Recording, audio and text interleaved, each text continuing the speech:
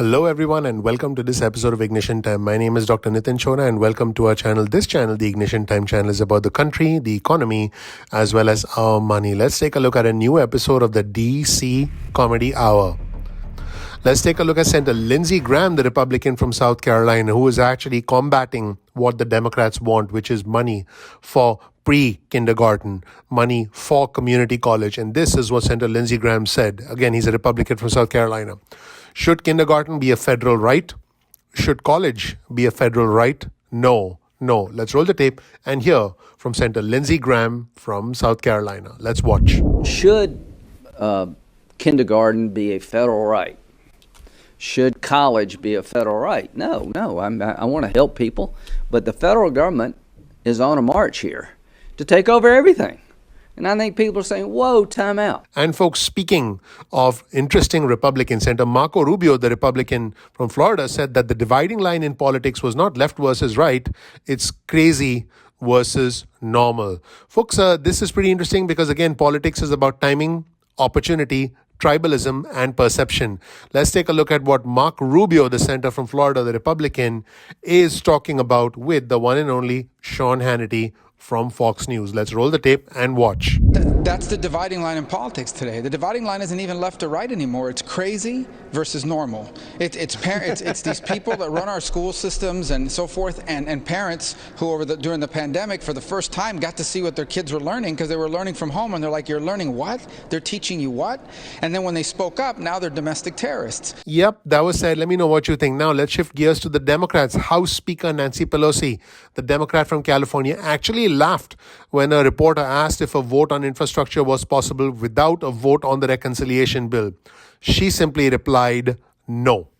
Let's roll the tape and hear what House Speaker Nancy Pelosi had to say in response to this interesting question. Let's watch. Is it possible that you might just vote on the infrastructure bill, considering everybody seems to be bought in and saying it's ready for a vote? No. Okay, so let's move on. Now, folks, speaking of crazies in Washington, it's very clear that Rand Paul clearly has something against Dr. Anthony Fauci. I don't think those guys are going to have each other over for dinner. They're not going to have a glass of wine, maybe just hang out with the family, or just hang out in the backyard. I don't think that's going to happen.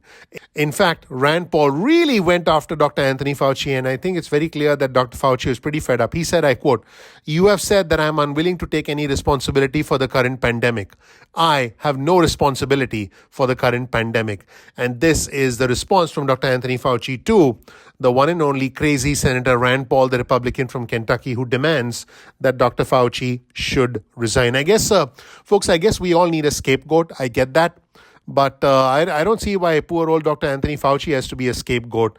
I think that a lot of mistakes were made in the handling of this pandemic. And if you need to blame one person, I don't think it should be Dr. Anthony Fauci. In fact, I think each one of us has a role to play in masking, in vaccinations, in trying to protect those around us, and in doing the right thing, not just for ourselves, but also for those around us. So blaming one person is a very interesting political thing to do, which is what Rand Paul does. And let's see Dr. Anthony Fauci's response. Let's roll the tape and watch. Until you accept responsibility, we're not going to get anywhere close to trying to prevent another lab leak of this dangerous sort of experiment. You won't admit that it's dangerous, and for that lack of judgment, I think it's time that you resign. Thank you, Senator Paul, and I would like to give the time to Dr. Fauci. Yeah, well, there were so many things that are egregious misrepresentation here, Madam Chair, that I don't think I'd be able to refute all of them, but just a couple of them for the listeners to hear for. You have said that I am unwilling to take any responsibility for the current pandemic. I have no responsibility for the current pandemic. Now, folks, in another segment, Rand Paul actually makes accusations about the Wuhan lab and demands that Dr. Fauci resign. And Dr. Fauci says in exasperation, "It makes me very uncomfortable to have to say anything, to have to say something, but he is egregiously incorrect in what he says." Let's roll the tape and see what Dr. Fauci had to say. Well, I don't have any more to say except to say that, as usual, and I have a great deal of respect for this body of the Senate, and it makes me very uncomfortable to have to say something, but he is egregiously incorrect in what he says. Thank you. Thank you. History will figure that out on its own. So that's where things stand, everyone. Let me know what you think of these bizarro comments from Rand Paul and the response from Dr. Anthony Fauci. Let me know what you think of comments from the one and only House Democrat, the House Speaker, Nancy Pelosi. And also let me know what you think about comments from Marco Rubio on the dividing line in politics, crazy versus normal. Folks, I think we're living in a very bizarre climate right now where things continue to get even more bizarre. And my goal is to bring you the news, to bring you the truth, wherever the truth might lead us. All I ask of you in return is you please click the like button, please subscribe, please enable notifications. A lot of effort, a lot of money goes into the creation, the production, the delivery of these videos on a daily basis. And I ask that you support our channel by clicking like, by clicking subscribe. I am one of the few hardworking, honest reporters on YouTube that brings you the news as it emerges, as it matters to the country, the economy, as well as our money. I'm not going to string you along. I'm not going to give you false hope about another stimulus check because I've said this before on our channel.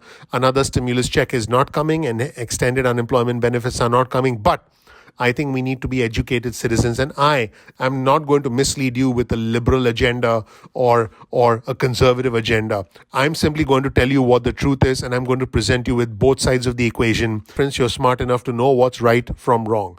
I am simply a messenger. Thank you so much for watching. Please click the like button. Please click subscribe. Please enable notifications. Thank you. I'm looking forward to seeing you in the next episode of Ignition Time. Take care. Bye.